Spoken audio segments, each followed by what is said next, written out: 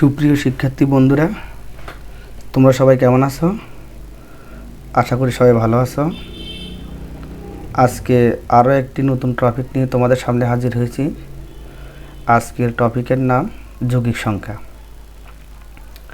আর যে কোনো একটা ভিডিওর প্রথম থেকে শেষ পর্যন্ত না দেখলে আসলে কি বোঝাতে চাচ্ছি তা বোঝা যাবে না। তো সুতরাং সবার কাছে অনুরোধ থাকবে প্রথম থেকে শেষ পর্যন্ত যাতে দেখা হয়। তো কথা না বাড়িয়ে চলে যায় ক্লাসে। প্রথমে যৌগিক সংখ্যা কাকে বলে?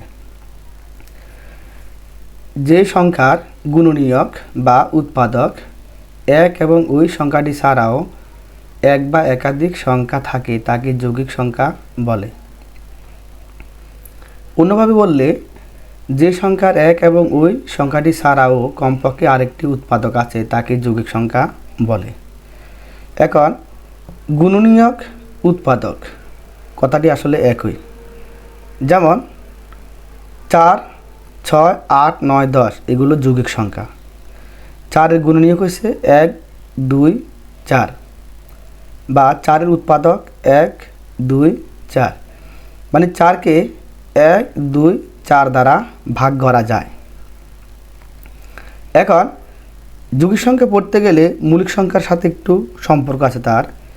যেমন মৌলিক সংখ্যায় পড়েছি শুধু এক এবং ওই সংখ্যাটি, এক এবং ওই সংখ্যাটি ছাড়া আর কোনো গুণনীয়ক থাকবে না অথবা ভাগ করা যাবে না। কিন্তু যৌগিক সংখ্যার ক্ষেত্রে এক এবং ওই সংখ্যাটিকে ওই সংখ্যা দিয়েও ভাগ করা যাবে এবং আরও একাধিক সংখ্যা দিয়ে ভাগ করা যাবে বা একাধিক সংখ্যা গুণনীয়ক থাকবে, তখন আমরা তাকে যৌগিক সংখ্যা বলবো।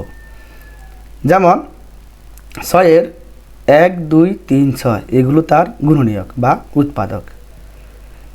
যদি মৌলিক সংখ্যা হতো শুধু 6-এর 1 এবং 6 দিয়ে ভাগ করা যেত, আর ভাগ করা যেত না বা গুণনীয়ক থাকতো না। কিন্তু যৌগিক সংখ্যার যখন যৌগিক সংখ্যা হবে তখন 1 এবং 6 ছাড়াও আরও একাধিক সংখ্যা দ্বারা ভাগ করা যাবে, মানে আরও একাধিক সংখ্যা গুণনীয়ক হবে। যেমন সংখ্যাটির মধ্যে আবার ফিরে যাই আমরা, যে সংখ্যার 1 এবং ওই সংখ্যাটি ছাড়াও আরও কমপক্ষে আরেকটি উৎপাদক আছে তাকে যৌগিক সংখ্যা বলে। অথবা যে সংখ্যার গুণনীয়ক বা উৎপাদক 1 এবং ওই সংখ্যাটি ছাড়াও এক বা একাধিক সংখ্যা থাকে, মানে 1 এবং ওই সংখ্যা ছাড়াও আরও একাধিক সংখ্যা থাকতে পারে। যেমন 6-এর 1 এবং 6 ছাড়াও আরও একাধিক 2 এবং 3 গুণনীয়ক।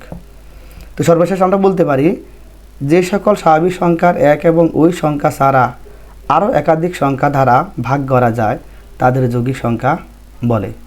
আশা করি সকলে বুঝতে পেরেছ। এরপরে যদি কোনো কিছু বোঝার না থাকে আমাকে কমেন্ট বক্সে জানালেই হবে, এরপর আমি তার উত্তর দিয়ে দেব। ধন্যবাদ সকলকে।